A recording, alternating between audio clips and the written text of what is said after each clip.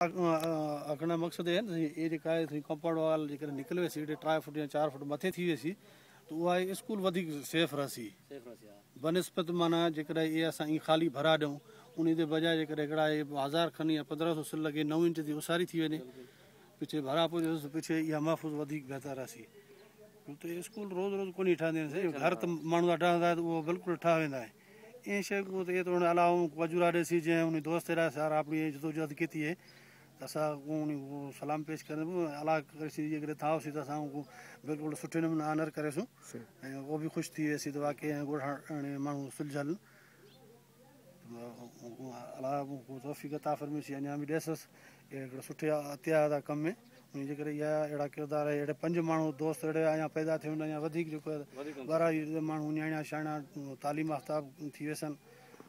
शहूरा वेसी अॻे इहा सरी अंदरूनी सिंध माण्हू जेके ॻोठाणे आहिनि ॿारहाड़ी ते माण्हू पिस्ते पियल हैसियत सरदार ते मए अदा त इहो अपना नेचर हूंदा त माना हर ग़रीब दा ॿाल तालीम गिने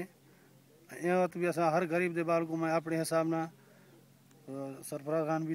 गवाही ॾिसी त बग़ैर कंहिं लालच ते बग़ैर कंहिं हिसाब जी नौकरियां मुफ़्त ॾिचा आहिनि जेके मिलिया आहिनि उहे ग़रीबूं ॾिचा आहिनि आईंदा बि जेकर असां जो थीसीं त असां ॻोठ जे लाइ क़ौम जे लाइ माण्हुनि जे लाइ ग़रीबनि जे लाइ असां बि कमु करे ॾिबो ठीकु